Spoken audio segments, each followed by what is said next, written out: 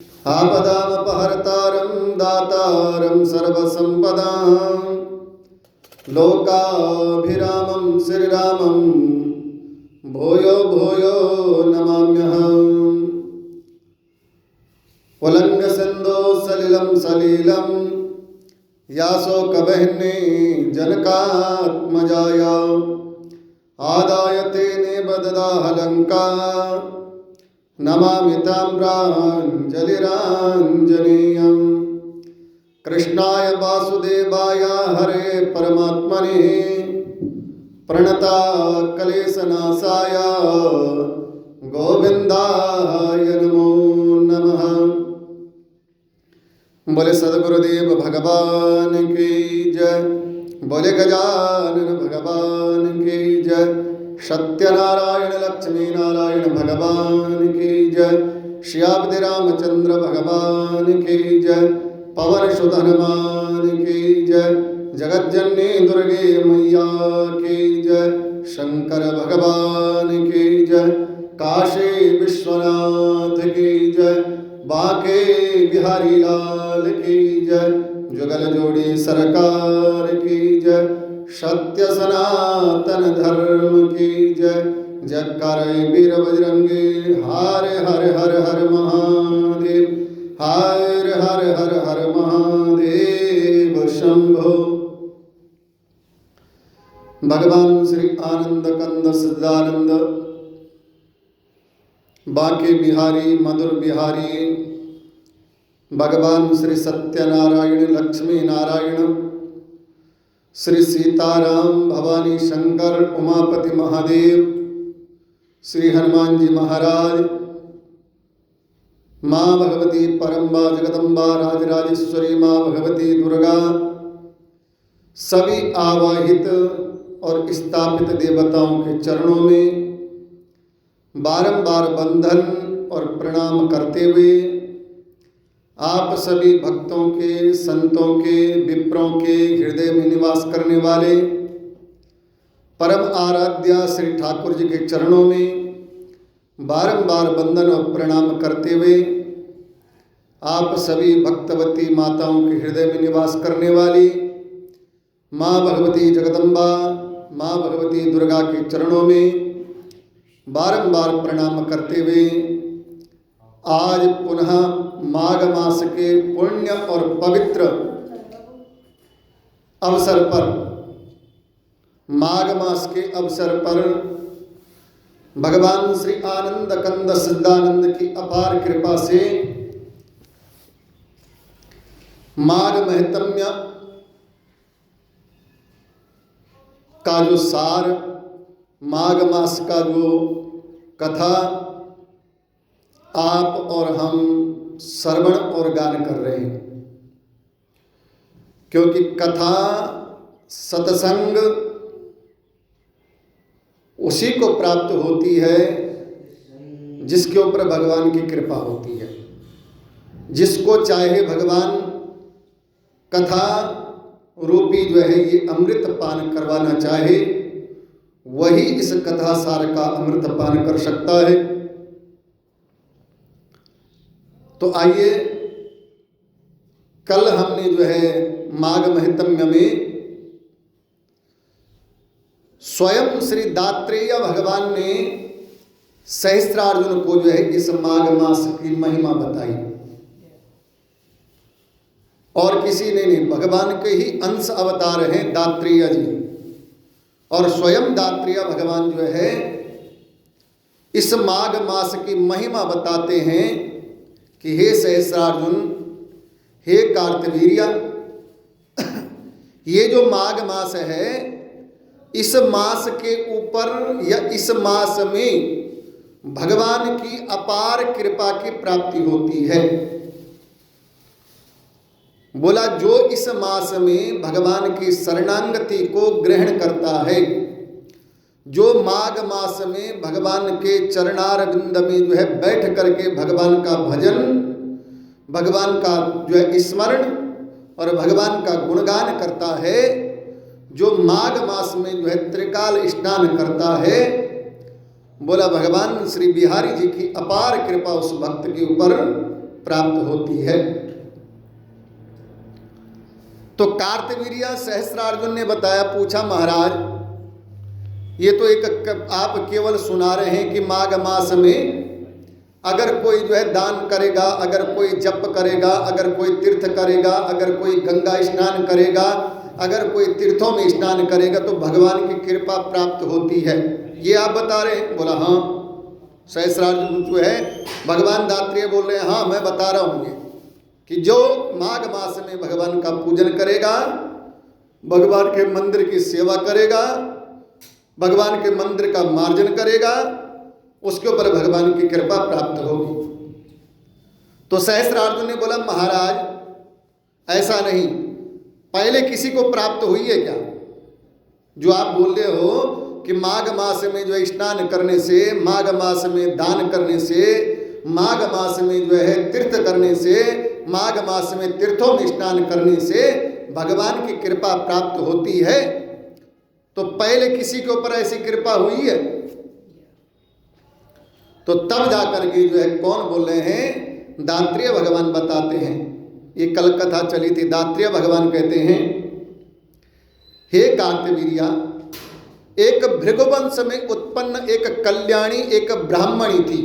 आपने कल कथा श्रवण करी और बोला बाल वैदव्य थी, बचपन में ही वो जो है बाल वैदव्य हो गई, विवाह हुआ लेकिन विवाह रहा नहीं, बाल वैदव्य हो गई। लेकिन उसने जो है संसार का रोना नहीं रोया। किसने? उस ब्राह्मणी ने। उस ब्राह्मणी ने कुब्जिका नाम कल्याणी ब्राह्मणी भृगुवंशजा, भृगुवंश की जो है जय हो,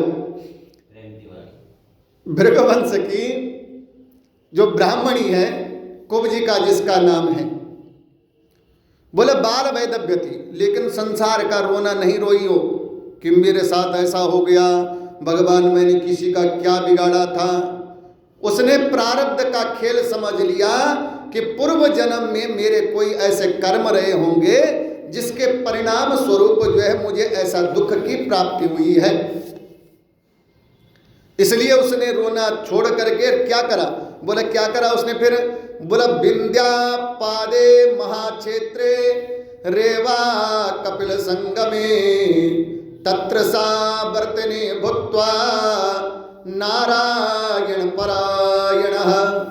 वो जो है ब्राह्मणी थी, उसने घर छोड़ दिया, उसने गांव छोड़ दिया और बोला कहाँ गई?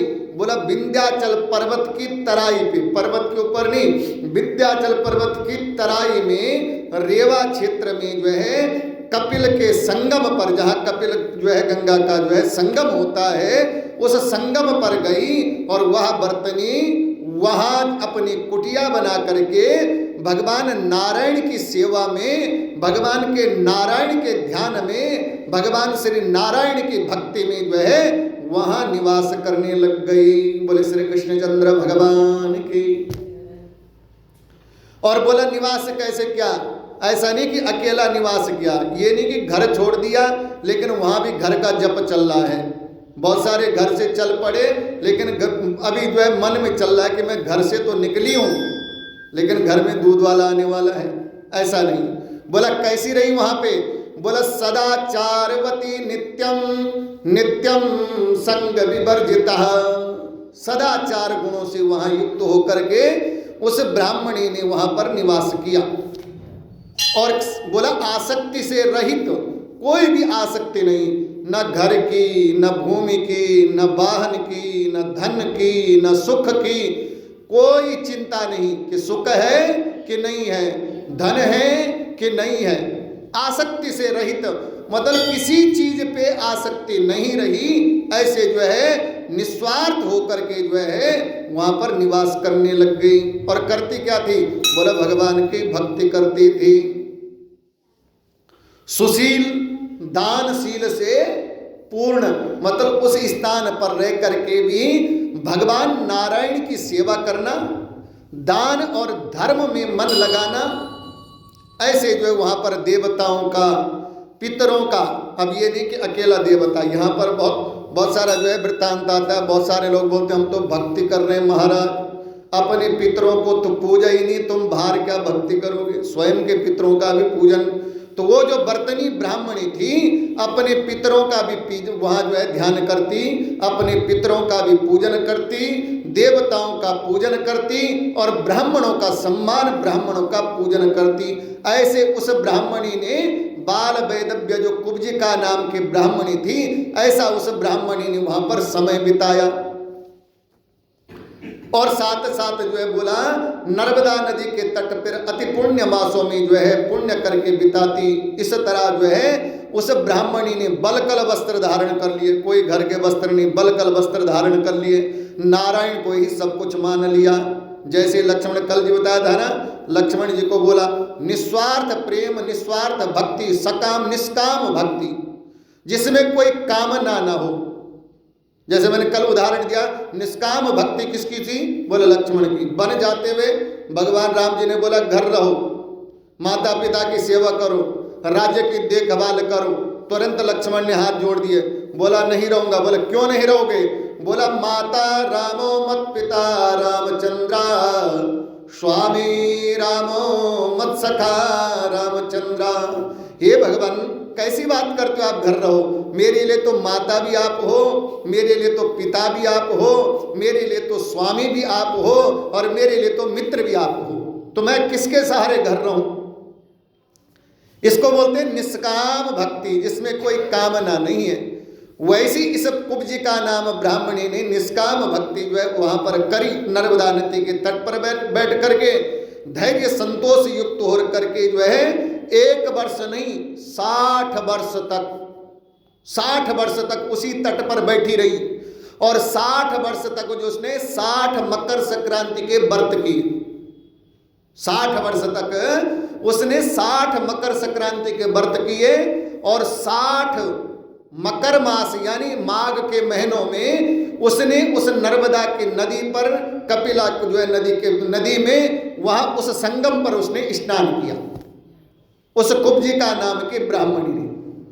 बोला क्या मिला उसको उस भक्ति से। सहस्रार्जुन ने पूछा महाराज, कार्तवीर्य ने पूछा, बोला महाराज आप ये बताइए उसको क्या भक्ति में मिला दात्रेय भगवान से। तो दात्रेय भगवान कहते सुन, उस तपस्या से जब वो जो है उसी तीर्थ में उसने शरीर छोड़ दिया, वो जो कुब्जिका नाम की ब्राह्मणी थी उस तीर्थ में उसने शरीर छोड़ दिया। और माघ स्नान यानी माघ मास के स्नान के प्रभाव से, मकर संक्रांति के व्रत के प्रभाव के कारण 4000 युग तक जो है उसके शरीर से, जब वो मरी थी उसके शरीर से एक ज्योति निकली और वो ज्योति सीधा भगवान बैकुंठ, भगवान के बैकुंठ में गई और भगवान के बैकुंठ में भगवान के चरणों में उस ज्योति को स्थान मिला। और बोला कितने समय तक बैकुंठ में रही, बोला 4000 युगों तक वो बैकुंठ में रही। कौन, वही कुब्जिका नाम की ब्राह्मणी। किस वजह से रही, बोला माघ मास की मकर संक्रांति के व्रत के प्रभाव से, माघ महीने में तीर्थों में स्नान करने के प्रभाव से, पुण्य प्रभाव से उसको बैकुंठ में जो है 4000 युगों तक जो है वहां निवास मिला। तो बोला उसके बाद क्या हुआ, बोला उसके पश्चात पद्म कल्प में, जब पद्म कल्प शुरू हुआ, कल्प जो है कल्प की भी कथा आती है, कल्प भेद है ना, एक कल्प में कितने युग होते, बड़ी लंबी कथा है। तो बोला जब पद्म नाम का जो कल्प था तो वो बैकुंठ से उतरी। कौन उतरी, मतलब बैकुंठ से जो है, ये नहीं कि उसको मनुष्य शरीर मिला, बैकुंठ से भी जो है उसके बाद जो है वह उसके पश्चात ब्रह्मलोक में जो है उसको जो है ब्रह्मा जी ने जन्म दिया, यानी ब्रह्मा जी के ब्रह्मलोक में उसको जन्म की प्राप्ति हुई, वहां प्रकट हुई। कहाँ, ब्रह्मलोक में। अच्छा, ब्रह्मलोक में जब प्रकट हुई तो ब्रह्मा जी ने उसका नामकरण संस्कार किया। उसका नाम क्या रखा, पहले जन्म में उसका नाम था कुब्जिका नाम की ब्राह्मणी, लेकिन अब ब्रह्मा जी ने उसका नाम रखा, ब्रह्मा जी ने उसका नाम रखा तिलोत्तमा। बोले शंकर भगवान की जय। उसका नाम तिलोत्तमा नाम से जो है रख दिया। और बोला ब्रह्मलोक में उसका अवतार क्यों हुआ, जो बैकुंठ चले गई वो ब्रह्मलोक में क्यों आई, ब्रह्मलोक में उसको निवास क्यों मिला। बोला इसलिए कि पुष्कर क्षेत्र में 2 दानव थे। क्या? पुष्कर क्षेत्र में 2 दानव थे, जिन दानवों का नाम था सुंद और उपसुंद। पुष्कर क्षेत्र में दो दानव थे, उनका नाम था सुंद और उपसुंद। और बोला उन दैत्यों के नाश के लिए तिलोत्तमा का अवतार जो है ब्रह्मलोक में हुआ। बोले शंकर भगवान की जय। अच्छा, जब ब्रह्मलोक में जो है कौन, वह तिलोत्तमा जो है प्रकट हुई, तो जो है अत्यंत सुंदर। बोला कैसी तिलोत्तमा का बताया? बोला अत्यंत सुंदर। वह नारी रत्न देवताओं को भी मोहित करने वाली, रूप रंग का ऐसा वर्णन किया। दात्रेय भगवान बोलते हैं सहस्रार्जुन से, हे सहस्रार्जुन, हे कार्तवीर्या, वो जो तिलोत्तमा थी ना, जब वो जो तिलोत्तमा का ब्रह्मलोक में जब जन्म प्रकट हुई, बोला इतनी सुंदर वो तिलोत्तमा थी कि देवता भी जो है उसके रूप पर जो है मोहित हो गए। इतनी सुंदर रूपवान होकर के जो है तिलोत्तमा ब्रह्मलोक में जो है प्रकट हुई। अप्सराओं में भी श्रेष्ठ। बोला जितनी भी देव अप्सरा थी ना, कोई भी देव अप्सरा जो है उस तिलोत्तमा के आगे सुंदर नहीं थी। इतनी सुंदर वो तिलोत्तमा। ब्रह्मा जी प्रसन्न हो गए और ब्रह्मा जी ने तिलोत्तमा को अपने पास से बुलाया। तिलोत्तमा को बोला, ब्रह्मा जी ने जो है आज्ञा प्रदान किए।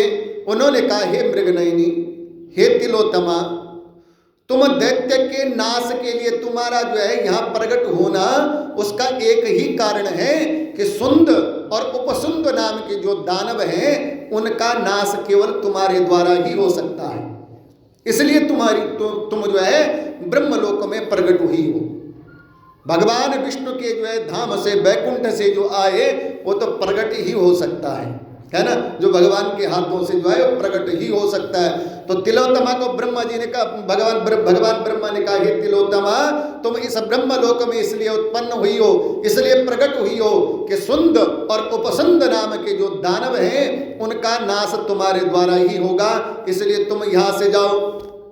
और उन जो है बोला कहा, बोला सुंद और उपसुंद नाम के दानव का नाश कर दो। क्या कहा? बोला गता पुष्कर मार्गेण यत्र तो देव बैरिणो तत्र स्नात्वरेवाया पवित्रे निर्मले जले। गत पुष्कर मार्गेण, बोला हे तिलोत्तमा, क्या कहा? हे मृगनयनी, वह ब्रह्मलोक से जो है तुम कहाँ जाओ? बोला पुष्कर क्षेत्र में, जहाँ वो सुंद उपसुंद नाम के जो दानव हैं, उनके जो है उनके संहार के लिए, उनके विनाश के लिए तुम्हें पुष्कर क्षेत्र में जाना पड़ेगा। और तिलोत्तमा ब्रह्मलोक से निकली। बोला कैसे? हाथ में कोई अस्त्र शस्त्र थे? दानवों को मारने के लिए जा रही थी। बोला कोई ना हथियार थे, ना अस्त्र थे, ना शस्त्र थे। बोला फिर कैसे चली? बोला सुंदर मृगनयनी तिलोत्तमा ब्रह्मलोक से एक सुंदर 5 तारों वाली वीणा लेकर के और ब्रह्मलोक से वे भूधरा धाम पर प्रकट हुई। बोले विष्णु भगवान की जय। वो वीणा लेकर के जो है पुष्कर मार्ग से वहां गई, जहां दोनों देव शत्रु दैत्य थे। रेवा नदी के जो है पवित्र जल में स्नान करके तुरंत आई। और उसने भी सोचा, क्योंकि तिलोत्तमा को वो जो विष्णु लोक मिला, वो जो ब्रह्मलोक मिला, प्रभाव किसका था? संगम तीर्थों में स्नान का प्रभाव था। तीर्थों के पुण्य के प्रभाव से उसको बैकुंठ मिला। तीर्थों के पुण्य प्रभाव से जो है उसको जो है ब्रह्मलोक की प्राप्ति हुई। तो अब तिलोत्तमा जब दोबारा जो है भूधरा धाम पे आई, तो सबसे पहले उसने रेवा नाम के जो है नदी में जल में स्नान किया। बोले शंकर भगवान की जय। बोला दोपहर के जो है पुष्प के समान कांति वाले लाल वस्त्र, तुरंत जब स्नान किया तो परिधायांबर रक्तम बंधुका कुसुम प्रभाम रणद्वयलैनी चारो सिंचन नोकल नोपुरा। तुरंत जो है उस जो तिलोत्तमा ने सुंदर लाल वस्त्र धारण कर लिए, जैसे मानो ऐसे लग रही हो माँ भगवती जगत जननी परम्बा जगदम्बा स्वयं जो है वस्त्रों जो है सुंदर जो है आभूषण में विराजमान हो गई हो। सुंदर लाल वस्त्र जो है धारण कर लिए और कंगन जो है सुंदर जो है हाथों में जो है कंगन एक नहीं दो दो तीन तीन कंगन पहन लिए, जब चलती है तो हाथों के कंगन भी खनकते हैं और पांव की जो है पायल भी खनकती है। कौन? वो तिलोत्तमा। और वो ध्वनि करती है, उसके गले में मोती के हार, सुंदर कुंडल भी ऐसे मानो चंचल कुंडल भी कुछ बोल रहे हो, ऐसे सुंदर श्रृंगार तिलोत्तमा ने किया। कहाँ? पुष्कर क्षेत्र में। बोले शंकर भगवान की जय। और रेवा नदी में स्नान करके सुंदर आभूषण धारण किए, लाल वस्त्र धारण किए और पहुंच गई कहाँ? बोला वो अशोक वन में जाकर के, अशोक जहां वन था उस अशोक वन में जाकर के बैठ गई एक स्थान पर। बोला वहां क्यों जाकर के बैठ गई? बोला वो जो सुंदर उपसुंद नाम के जो दानव थे ना, उनका वही क्षेत्र था और उसी क्षेत्र में वो जो है रहते थे, इसलिए अशोक वन में चली गई तिलोत्तमा। वहां बैठ गई। इतने में जब वो वहां बैठी तो उतने समय में सुंदर उपसुंद नाम के जो दानव थे, उनके अनुचर, उनके सिपाही, वो जो है उस अशोक वन में भ्रमण के लिए जो है भ्रमण कर रहे हैं। और उधर उन्होंने देखा एक सुंदर नारी, रूपवान नारी को, मृगनयनी नारी को जब उन्होंने उन दानवों ने देखा, सुंद उपसुंद के जो है दूतों ने देखा, तो थोड़े देर तो देखते ही रह गए, क्योंकि आज से पहले ऐसा रूप उन्होंने कभी देखा नहीं था। बोले शंकर भगवान की जय। और महाराज बार बार आपस में वो जो है वो दानव जो थे बार बार आपस में जो है बातें करते हैं कि आज से पहले इतने समय हो गए हमारे को सृष्टि पर, धराधाम पर, पृथ्वी पर, सारे लोकों में जो है घूमते हुए, लेकिन इतनी सुंदर कभी हमने कोई नारी नहीं देखी। और ऐसा बात करते करते आपस में बात करते हैं और बात करते करते वो दानव, वो जो है दूत सीधा पहुंच गए अपने राजा के पास, अपने जो है दानव सेना के मुखिया के पास, सुंद और उपसुंद के पास। बोले शंकर भगवान की जय। और तुरंत हाथ जोड़े, बोले हे महाराज, वर्तते नारदूरे पे अशोकाशोकहारिणी गत्वां तां पश्यतं शीघ्रं मन्मथस्यापि मोहिनीं। बोला हे महाराज, आज तक हमने ऐसा नहीं देखा। बोला क्या नहीं देखा? बोला हे महाराज, हमारे समीप, हमारे नजदीक ही जो अशोक वन है ना, वहां एक जो है सुंदर नारी जो है आसन लगा करके बैठी हुई है, लेकिन नारी भी ऐसी कि आज तक किसी भी लोक में मुझे नहीं लगता कि ऐसी कोई सुंदर नारी होगी। बोला हे महाराज, हम नहीं जानते।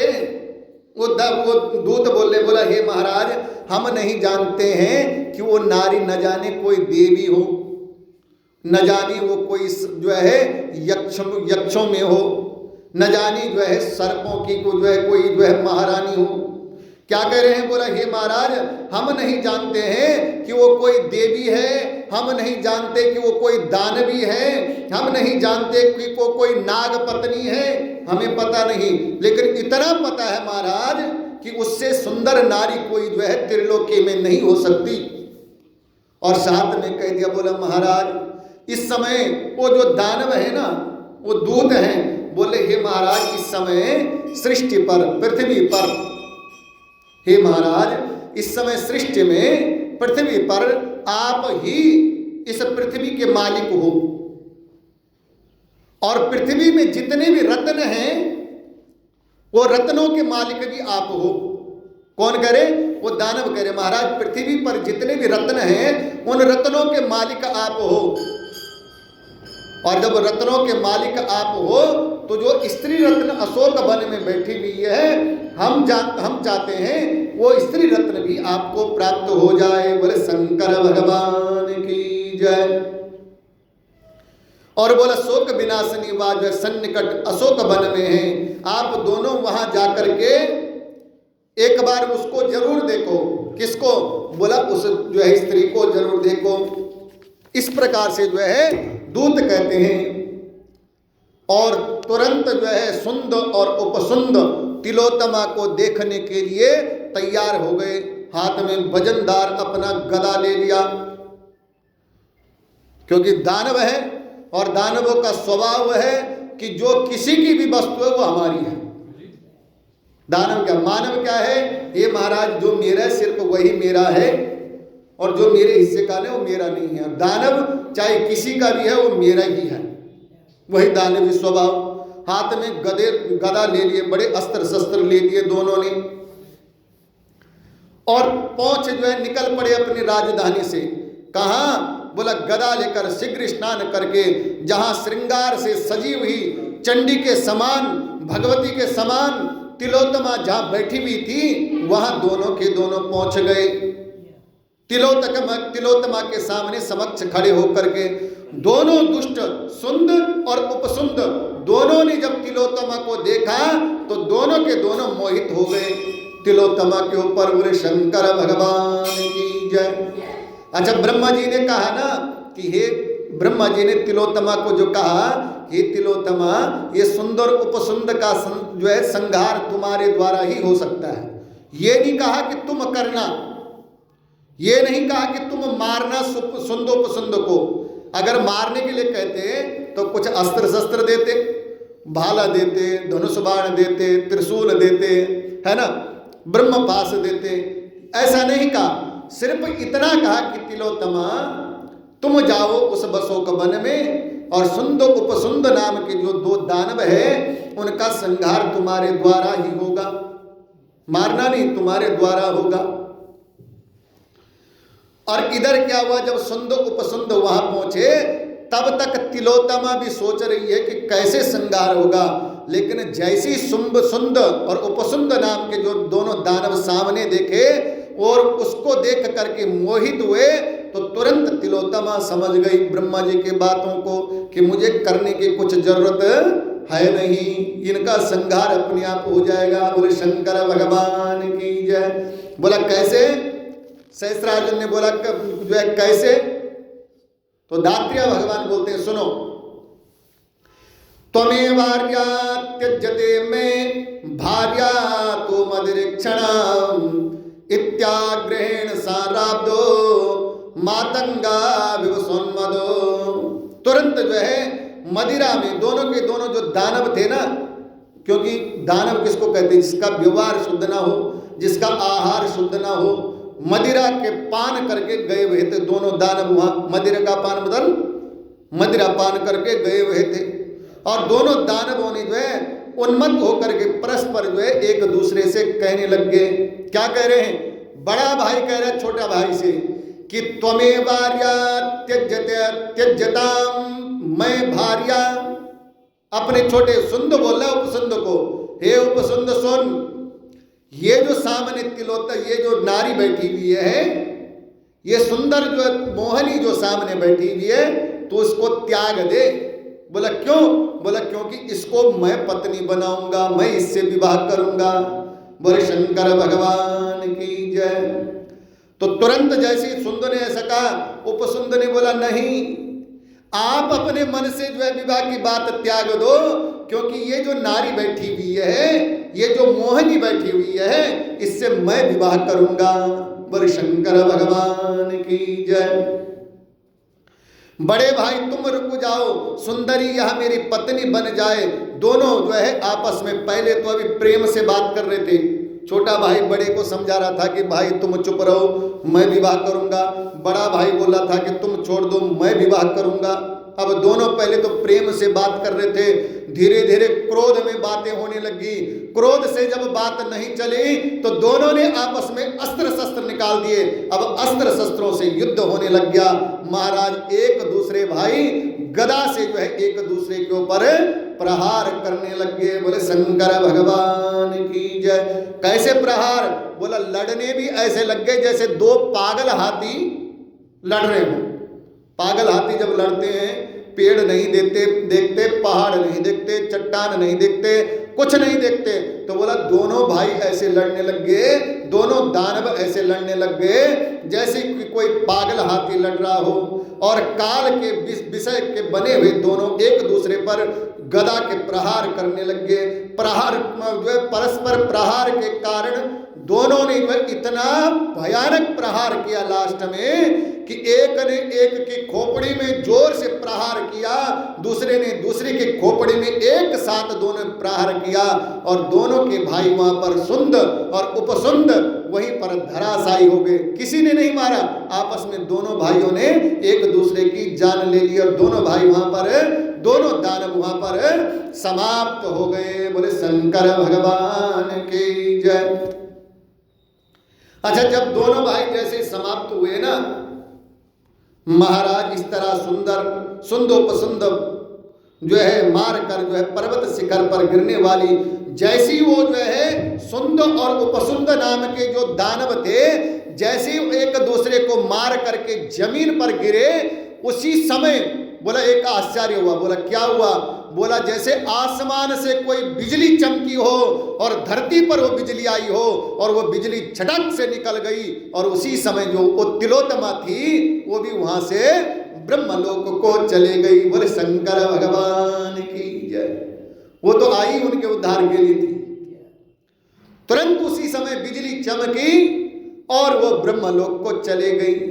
तो जब ऐसा हुआ तो वह दसों दिशाओं में प्रकाशित करती हुई आकाश में चली गई, तो देवताओं का कार्य करके ब्रह्मा जी के समक्ष पहुंच गई। और इधर दानव बोलते हैं, जो दानव जो गए थे बुलाने के लिए, वो बोलते हैं हमें तो ऐसा लगता है कि ये कोई नारी नहीं, ये तो सुंद उपसुंद का काल बन करके कोई आई हुई थी। बोले श्री कृष्णचंद्र भगवान की जय।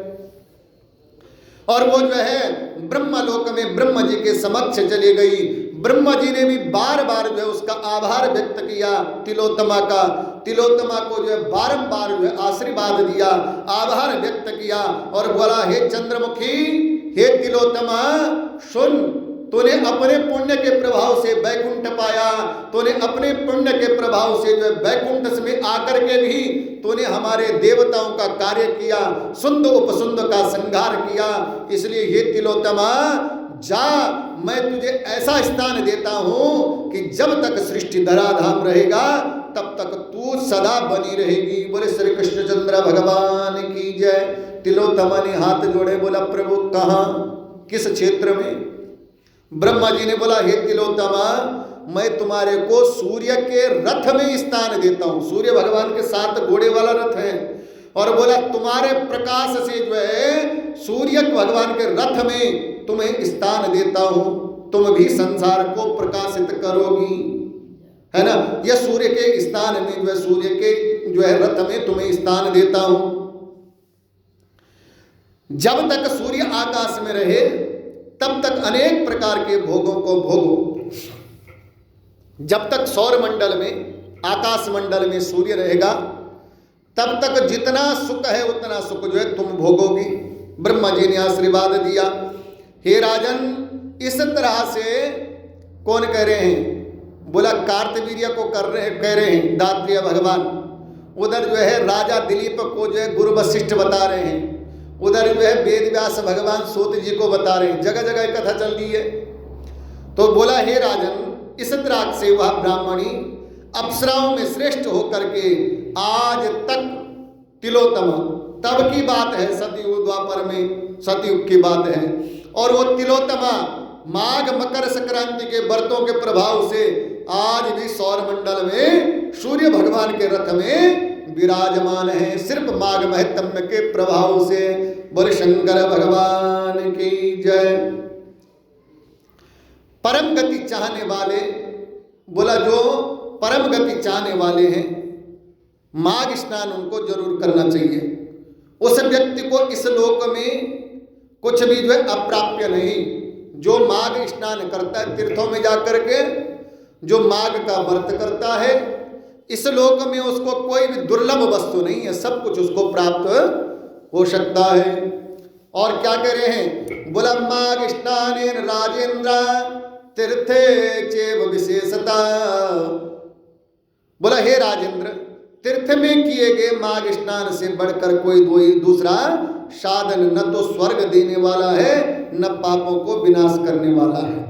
तीर्थों में जरूरी नहीं कि 1 महीना आप तीर्थों में ही रहो, 1 महीना नहीं तो 1 दिन बोला तीर्थ में जाकर के कहीं भी नदी तालाब सरोवर गंगा यमुना जमुना सरस्वती कावेरी नर्मदा माघ कहीं प्रयाग हरिद्वार कनकल कहीं भी जाकर के जो 1 दिन तीर्थ में जाकर के स्नान करके बोला ऐसा कोई साधन न तो कोई पाप काटने का है और न सुख देने का, जैसे माघ मास में तीर्थ में स्नान करने से जो प्राप्त होता है। बोले शंकर भगवान की जय। श्री कृष्ण गोविंद हरे मुरारी हे नाथ नारायण वासुदेवा। श्री कृष्ण गोविंद हे नाथ नारायण वासुदेवा। श्री कृष्ण गोविंद हरे मुरारी हे नाथ नारायण वासुदेवा। हे नाथ नारायण वासुदेवा। हे नाथ नारायण वासुदेवा। बोल शंकर भगवान की जय। इस अध्याय में दात्रेय भगवान ने कार्तवीर्य को कथा श्रवण कराई और आगे दात्रेय भगवान कहते हैं अब मैं तुम्हें एक पूर्व काल की एक कथा और सुनाता हूं, क्योंकि जब तक पता चलेगा नहीं क्या मिलता है तब तक भाव नहीं बनेगा ना। अब कहीं खेती आलू की ऊपर से जो है कटा हो, कोई घास आलू की झाड़ी न दिखाई देती हो, है ना, कटा हो मिट्टी से सब ढका हो, आप किसी को बोल दो कि यहाँ आलू निकलेंगे, यहाँ जो है खोदना चालू कर, तो वो तो बोलेगा नहीं खोदूंगा, क्योंकि उसको दिखता नहीं है ना वहाँ आलू निकलेंगे।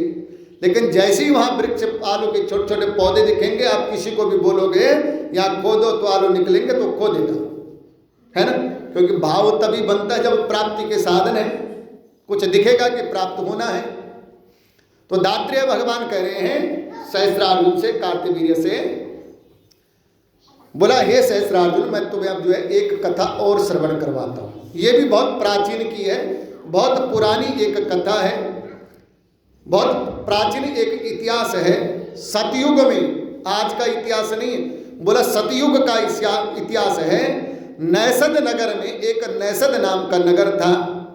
कुबेर के समान धनी हेमकुंडल नाम का एक वैश्य था, जिसका नाम था हेमकुंडल। जाति जो है वैश्य वंश का था, नाम हेमकुंडल था। कुलीन सत्क्रिया करने वाला, कर्म भी उसके बहुत बढ़िया थे। बोला देवताओं का ब्राह्मणों का पूजन करता, अग्नि का पूजन करने वाला, खेती विशेष, अच्छा खेती, बोला उसका जो वैश्य था उसका व्यापार क्या था, परिचय भी तो पूरा होना चाहिए ना। बोला क्या व्यापार था, बोला उसका जो है खेती थी, खरीद बिक्री का काम था, घोड़े भैंस पशुओं का पालन करने वाला, दूध दही मट्ठा तृण लकड़ी फल नमक पीपल धान्य साग तेल अनेक प्रकार के वस्त्र धातु चीनी आदि का व्यापार करने वाला। इतने व्यापार, एक व्यापार नहीं बहुत सारे व्यापार करता था। यानी जनरल स्टोर हो गया, जनरल स्टोर ही होता है ना, यानी जनरल स्टोर हो गया। और हेमकुंडल नाम का वैश्य और तगड़ा बहुत बढ़िया व्यापारी था। और बोला अपने जो है बुढ़ापा आने से पहले, अच्छा उसके 2 बेटे भी हुए। किसके? हेमकुंडल के 2 बेटे हुए। एक बेटे का नाम उसने रखा कुंडल, क्योंकि अपना नाम था हेमकुंडल, तो बोला बेटे का नाम भी अपने नाम के साथ ही रखूं। एक बेटे का नाम रखा कुंडल और दूसरे बेटे का नाम रखा विकुंडल। सिर्फ फर्क इतना, एक का नाम रखा कुंडल और एक का नाम रखा विकुंडल। और बोला व्यापार कितना किया उसने, बोला उस हेमकुंडल नाम के व्यापारी ने 8 करोड़ अश्रुपियों का व्यापार करा उस जमाने में, सतयुग में। इतना बड़ा व्यापारी बना कि 8 करोड़ अश्रुपियों का मालिक बना वो उस जो है उस समय में। और महाराज जब बुढ़ापा आया तो बुढ़ापा आने पर वो हेमकुंडल ने सोचा मैंने व्यापार में धन तो बहुत कमाया। वो जो हेमकुंडल था बुढ़ापा आने पर उसने सोचा मैंने व्यापार में धन तो बहुत कमाया मैंने, अब इस धन को कहीं दान धर्म में भी लगाना चाहिए। धन तब ही शुद्ध है जब उसको कहीं वह शुभ स्थान पर भी दान पुण्य में भी लगाया जाए। तो उस हेमकुंडल नाम के जो है व्यापारी ने बुढ़ापा आने पर जो है उस धन के छठे भाग को, यानी जो 8 करोड़ 80 रुपया थी, उसका छठा भाग उसने अलग निकाल दिया। और अलग निकाल करके क्या वो छठा भाग, कि जब तक मेरा शरीर है ना तब तक मैं इसको दान करते रहूंगा, किसी भी रूप में मैं इसको जो है कहीं पुण्य में लगाऊंगा, कहीं धर्म में लगाऊंगा। अपने बुढ़ापे में, जवानी में तो खूब व्यापार करा और बुढ़ापे में जो छठा भाग निकाला, कहीं उसने जो है मंदिर बनाए, कई उसने शिवालय बनाए, कई उसने जो है तालाब बनाए, कुएं खुदवाए, बेर, पीपल, जामुन, नीम आदि के जो है इतने वृक्ष लगाए कि जंगल के जंगल बना दिए उसने, फलदार वृक्षों के, है ना। बाग बगीचे लगाए, सूर्य उदय और सूर्य अस्त तक वहाँ, जब से सूर्य उदय होता था और जब तक सूर्य अस्त नहीं होता था, वो हेमकुंडल नाम का व्यापारी सूर्य उदय जैसे ही होता था वैसे ही जो पुण्य करना शुरू कर देता था। और कब तक, बोला जब तक सूर्य अस्त नहीं हुआ। कहीं वो मंदिर बना रहा है, कहीं वो तालाब बना रहा है, कहीं वो फलदार वृक्ष लगा रहा है, कहीं जामुन आदि वृक्ष लगा रहा है। निरंतर उसने ऐसे जो है काम किए, चारों ओर सुंदर प्याव लगावे। हे राजन, पुराणों में जो प्रसिद्ध दान हैं, जितने भी पुराणों में दान लिखे गए हैं, स्वर्ण दान, भूमि दान, गौ दान, अन्न दान, वस्त्र दान, जितने भी दान पुराणों में लिखे थे, हेमकुंडल नाम के उस वैश्य ने सारे दान किए अपने जीवन में, अपने बुढ़ापे के समय में। बोले शंकर भगवान की जय। नित्या जो है उसने दान किया और पापों का प्रायश्चित किया। बोला दान क्यों किया जाता है? क्योंकि जीवन काल में जो भी हमारे मन, वाणी, कर्म द्वारा जो पाप हो जाते हैं उसका प्रायश्चित ही दान है। तो उस हेमकुंडल नाम के वैश्य ने बुढ़ापे में अपने पापों के प्रायश्चित के लिए सारे दान किए। देवता अतिथि का पूजन में लगा रहा। हे राजन, इस तरह सदाचार करते हुए उसके यहाँ जो है 2 पुत्र जो है उसके थे। और तत्पश्चात वैश्य जब बुढ़ापा जो है शरीर जर्जर होने लगा तो अपने पुत्रों को जो है पुत्रों पर गृहस्थी का भार छोड़ दिया। गृहस्थी का, पहले तो घर से ही दान धर्म करता था, लेकिन सोचा कि अब मैं दिन भर चल नहीं सकता, दिन भर दान में मैं भटक नहीं सकता, तो अब क्या करूं? बोला अपने घर गृहस्थी का सारा भार बेटों को दे दूं और घर छोड़कर चला जाऊं। बोला कहाँ? तपस्या के लिए। सारा गृहस्थी का भार अपने बेटों को दे दिया, कुंडल और विकुंडल को, और अपने आप घर छोड़ करके तपस्या के लिए चल पड़ा।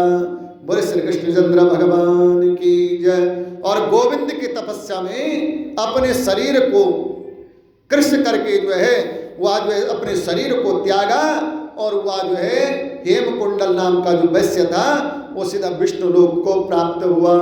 बोले श्री कृष्णचंद्र भगवान की जय। श्री कृष्ण गोविंद हरे मुरारी, हे नाथ नारायण वासुदेवा। श्री कृष्ण गोविंद हरे मुरारी, हे नाथ नारायण वासुदेवा। हे नाथ नारायण वासुदेवा, हे नाथ नारायण वासुदेवा, हे नाथ नारायण वासुदेवा, हे नाथ नारायण वासुदेवा। बोले श्री कृष्णचंद्र भगवान की जय। जो हेमकुंडल नाम का वैश्य था अपने शरीर को त्याग करके विष्णु लोक को चला गया। अब इधर क्या हुआ? बोला हे राजन, उसके जो 2 पुत्र थे, दात्रेय भगवान बोल रहे हैं, बोला हे राजन, उसके जो 2 पुत्र थे, एक का नाम कुंडल और दूसरा विकुंडल। अब अत्यंत चीज अति भी कहीं आ जाए ना, वो अति भी खराब करता है, क्योंकि उनको कमाने की जरूरत तो थी नहीं, पिता ने इतना कमा के छोड़ दिया कि उनको कमाने की जरूरत तो है नहीं। तो वो जो कुंडल और विकुंडल नाम के जो है दोनों पुत्र थे, वो बिगड़ गए बचपन से। बोला वो क्या करते? बोला कमाने के चक्कर में, वो तो कमाने के चक्कर में कभी थे ही नहीं, वो तो गंवाने के चक्कर में थे। जितना बाप ने कमाया उसी धन को निपटाने पे लग गए। बोला क्या करा? दोनों पुत्रों ने धन के जो है नशे में मस्त होकर के गंदे व्यसनों में पड़ गए। मद मदिरा का जो है सेवन करने लग गए दोनों भाई, कुंडल और विकुंडल। नशे में मस्त होकर के जो है गंदे व्यसनों में तल्लीन हो गए। प्राय पिता के मित्रों का भी बहिष्कार, पिता के जितने मित्र थे ना, होते ना चाचा ताया, है ना, जितने बड़े रिश्तेदार, उन्होंने समझाने की चेष्टा करी। कुंडल और विकुंडल गए, तुम्हारा बाप कितना बढ़िया था। होते अपने रिश्तेदार समझाते, अरे तुम्हारा बाप तो धर्मात्मा था, पुण्यात्मा था, तुम क्या कर रहे हो? समझाने की चेष्टा करी, लेकिन कुंडल और विकुंडल ने तो उनको धक्का मार करके साइड कर दिया। कौन होते हो तुम हमें पूछने वाले? मेरे बाप ने कमाया, मेरे बाप ने मुझे दिया, मैं चाहे इसको जो है उड़ाऊं, मैं चाहे इस धन को जलाऊं, तुम कौन होते बोलने वाले? जितने अपने रिश्तेदार थे उनको भी अपने से दूर कर दिया। अच्छा, जितने अच्छे अच्छे मित्र भी थे जो समझाने वाले थे, उनको भी बोले तुम्हें अगर खाना पीना है तो आओ, अगर नहीं तो हमसे दूर हो जाओ। बोले श्री कृष्णचंद्र भगवान की जय। उनको भी अपने से जो है दूर कर दिया, बहिष्कार कर दिया, अधर्म में लग गए। जितने भी अधर्म के काम हैं, पिता ने जो धन कमाया था उस धन को वो अधर्म के कामों में लगाने लग गए दोनों भाई। धूर्तों की संगति में रहने लग गए, अच्छे वस्त्र पहन करके, कस्तूरी के तिलक लगावे, फूल माला मोती का हार धारण करे। और बोला कैसे? डेली जो है कस्तूरी की जो है तिलक लगावे, प्रत्येक दिन मोती की माला श्रृंगार करे, है ना। और बोला साथ में क्या करे? बोला इस प्रकार से जो है फूल माला, जितनी भी चंपा चमेली जो सुगंधित फूल है उनको मंगवाते और स्वयं उन फूलों की माला पहन करके निकलते दोनों भाई, और उसके बाद जो मद मदिरा का सेवन करते। बोले शंकर भगवान की जय। क्योंकि बाप ने कमाया था तो बेटा तो वो गंवाने वाले। अब दोनों भाई उसी पे लग गए, पिता के धन को लुटा करके नष्ट करने लग गए। प्रतिदिन भोग विलास में जो है दोनों भाई लीन हो गए और अपने घर में पड़े रहते। कुपात्रों का जो है धन जो है कुपात्रों पर धन खर्चा करते। अच्छा, धन खर्चा करते थे, बोला कहाँ? बोला जो कुपात्र है, कुपात्र पे कभी धन खर्चा नहीं करना चाहिए। कुपात्र मतलब जिसको देना नहीं चाहिए। अब दान किसको करो? उनको करो। कई बार दान वाले भी ऐसे हैं कि आप जो है किसी को दान दे दो, शाम को पता चलता वो तो जो हिलता हुआ मिल रहा है, झूलता हुआ मिल रहा है, तब उस समय पश्चाताप होता है कि दान गलत कर दिया, गलत जगह चला गया। तो दोनों भाई कुंडल और विकुंडल दोनों भाई दान अगर धन देते भी थे किसी को तो कुपात्र को देते थे जिसको देना नहीं चाहिए। ऐसे कुपात्र को जो है पैसा देते थे। ब्राह्मणों के जो है दान दिया, न कभी विष्णु भगवान, न उन्होंने कभी ब्राह्मणों का दान दिया, न उन्होंने कभी भगवान की भक्ति करी, न उन्होंने कभी भगवान के व्रत किए, न उन्होंने कभी भगवान का पूजन किया। किन्होंने? दोनों कुंडल और विकुंडल नाम के उन्होंने। और थोड़े दिनों में, ज़्यादा समय नहीं लगा। अच्छा, बनाने में तो समय लगता है, बिगाड़ने में समय थोड़ा लगता है। सम्मान बनाने में वर्षों लग जाते हैं, कई बार उम्र बीत जाती है सम्मान बनाने में, और सम्मान बिगड़ने में समय थोड़ा लगता है। बाहर सड़क पे जाओ, एक शब्द किसी को उल्टा बोल दो, देखो सम्मान गया। वैसे ही धन है, धन बनाने में समय लगता है, बिगाड़ने में समय थोड़ा लगता है। धन कमाने में समय लगता है, धन गंवाने में समय थोड़ा लगता है। तो दोनों भाई ने, कुंडल और विकुंडल ने, जितने बाप ने कमाया था सारा धन कुछ दिनों में ही सब समाप्त हो गया। बोले शंकर भगवान की। जब धन समाप्त हो गया ना तो दोनों भाई सोचने लग गए अब क्या करें। अब मांगने की नौबत आ गई। मांगने में शर्म आती है, क्योंकि पहले तो बिल्कुल मोतियों की माला पहन करके निकलते थे, पहले तो जो है चंपा चमेली का हार पहन करके निकलते थे, अब किस मुख से किसी से मांगे, मांगने में शर्म आती है। तो बोले क्या करें, तो दोनों भाई चोरी करने लग गए, घर घर में जाकर के चोरी करने लग गए। अच्छा, एक दो बार जब तक पकड़े नहीं गए तब तक तो ठीक था, तब तक चोरी करी, लेकिन एक दो जगह पकड़े गए, पिटाई हो गई, चोर है कुंडल विकुंडल, हेम कुंडल के पुत्र बेटे हैं, बाप इतना धर्मात्मा था, बाप इतना पुण्यात्मा था और बेटे चोर निकले। बोले शंकर भगवान की जय। जब इस प्रकार से पकड़े गए तो शर्म के मारे घर ही छोड़ दिया, दोनों भाइयों ने घर छोड़ दिया, कुंडल और विकुंडल दोनों ने, वैश्य के जो पुत्र थे दोनों, कुंडल और विकुंडल दोनों ने घर छोड़ दिया। अच्छा, घर छोड़ दिया, घर छोड़ने के भी दो कारण, घर छोड़े तो बन जाता है और कई घर छोड़ते तो बिगड़ जाते, फिर जीवन में वापस नहीं आ पाते। घर छोड़ने के भी बहुत कारण हैं, बहुत सारों ने घर छोड़ा तो सिद्ध संत बन गए, घर छोड़ा तो बड़े ज्ञानी बन गए, और बहुत सारे घर छोड़ करके जो है अपने को ही समाप्त कर दिया। पर शंकर भगवान की जय। तो ये दोनों भाई जो है, क्योंकि इन्होंने घर छोड़ा तो था लेकिन वृत्ति अच्छी नहीं थी, आदतें बढ़िया नहीं थी, घर छोड़ दिया। घर इसलिए छोड़ दिया कि गांव वालों को पता चल गया ये चोर है, इसलिए घर छोड़ दिया। गांव वाले अब जो है कोई भी अपने दरवाजे पे खड़ा नहीं होने देता, इसलिए घर छोड़ दिया और चले गए जंगल में। लेकिन जंगल में भी बढ़िया काम तो न किया, जंगल में भी जो पशुओं को मारने लग गए। जितने भी पशु हैं वहां पे, मृग हैं, हिरण हैं, जितने भी जीव हैं, पंछी है, जितने भी पंछी मिल जाए, पशु मिल जाए, उनको मारते और उसी को खाते। वहां भी आदतें नहीं सुधरी दोनों भाई की, इत्यादि जो है साथ छोड़ करके जो हट गए, नगर में उनकी बुराई होने लग गए, घर छोड़ दिया, वन में रहने लग गए। मूर्ख तीक्ष्ण बाणों से वहां उन्होंने जो है क्या करा, दोनों भाइयों ने बाण बना दिए, तीक्ष्ण बाण, और पशुओं की हत्या करने लग गए। जंगल में जाकर के पशुओं को मार करके खाते, बड़े बड़े बलवान भीलों के साथ सदैव शिकार करते रहते। इस प्रकार मांस का भोजन करते हुए पापी एक समय पर्वत पर गए हे राजन। और देखो समय जो है कभी जो है किस प्रकार से आ जाए किसी को कोई पता नहीं। बोला एक समय हे राजन, दात्रेय भगवान बोले हे राजन एक समय क्या हुआ कि वही दोनों भाई कुंडल और विकुंडल, बड़े भाई को तो शेर ने पकड़ दिया, बड़े भाई ने एक झटके में जो है बड़े भाई को जो है शेर ने खत्म कर दिया, शेर ने शिकार बना दिया बड़े भाई का, कुंडल का। और बोला दूसरे भाई का क्या हुआ, बोला दूसरा भाई जो है जा रहा था जंगल से और एक अजगर सांप आया और उसने डंक मार करके छोटे भाई को भी जो लीला समाप्त कर दी। बोले श्री कृष्णचंद्र भगवान की जय। दोनों भाई मारे गए।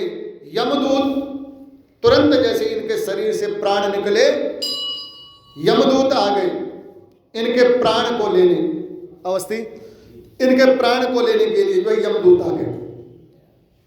इनके प्राणों को लेकर के यमदूत, इनके प्राणों को लेकर के यमदूत जो है नरक में भगवान धर्मपुरी में भगवान धर्मराज के पास पहुंच गए। बोले श्री कृष्णचंद्र भगवान की जय। श्री कृष्ण गोविंद हरे मुरारी, हे नाथ नारायण वासुदेवा। श्री कृष्ण गोविंद हरे मुरारी, हे नाथ नारायण वासुदेवा, हे नाथ नारायण वासुदेवा, हे नाथ नारायण वासुदेवा। कालांत ने इनके प्राणों को लेकर के कहाँ पहुंचे, चित्रगुप्त के पास। इनके जो है शरीर से जो निकला था, जो आत्मा निकली, उसको लेकर के जो चित्रगुप्त के पास पहुंचे और चित्रगुप्त जो है उनको यमलोक में ले जा करके यमराज के पास पहुंचे। यमराज ने यमराज को कहा महाराज ये दो जो है आत्मा है जो इस भूधरा धाम से आई हुई है, अब आप आज्ञा करें कि इनको क्या दंड दिया जाए, इनको जो है इनका क्या कर दिया जाए, इन दोनों पापियों के साथ क्या व्यवहार करना चाहिए। तुरंत बोला हे महाराज, चित्रगुप्त बोले, बोला हे महाराज अब आप ये बताओ कि ये जो दोनों पापी हैं इनके साथ जो है क्या व्यवहार करना चाहिए। बोले श्री कृष्णचंद्र भगवान की जय। दात्रेय जी बोले चित्रगुप्त ने जब आलोचना की तब यमराज ने दूतों को आज्ञा दी।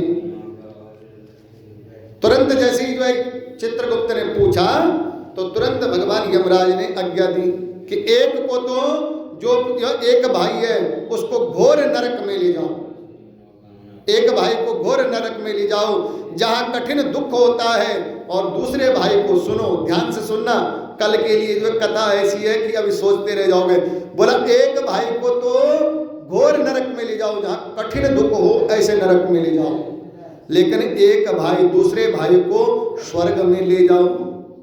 दोनों ने पाप किया, शिकार, पशुओं की हत्या, सारे दोनों ने पाप किया, लेकिन एक भाई को यमराज ने बोला एक को नरक में डाल दो, घोर नरक में डाल दो, और एक दूसरे को जो है स्वर्ग में ले जाके रखो जहां उत्तम शोक जो है उत्तम भोग और उत्तम सुख हो, वहां लेकर के जाओ। बोले श्री कृष्णचंद्र भगवान की जय। अब कर्म दोनों के एक थे, दोनों भाइयों ने पाप किया, दोनों भाइयों ने दुराचार किया, दोनों भाइयों ने अनाचार अत्याचार किया, लेकिन एक को स्वर्ग मिला और एक को नरक मिला। अब दात्रेय भगवान इस कथा को सुना रहे हैं, तो ये कथा जो है स्वर्ग दोनों को अलग अलग फल क्यों मिले, इस कथा को हम कल श्रवण करेंगे, है ना। अभी टाइम हो गया। बस श्री कृष्ण भगवान की जय। श्री कृष्ण गोविंद हरे मुरारी, हे नाथ नारायण वासुदेवा। श्री कृष्ण गोविंद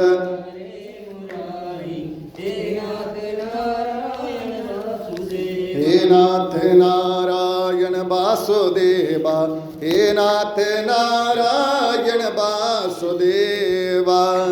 बोले श्री कृष्णचंद्र भगवान की जय। आरती।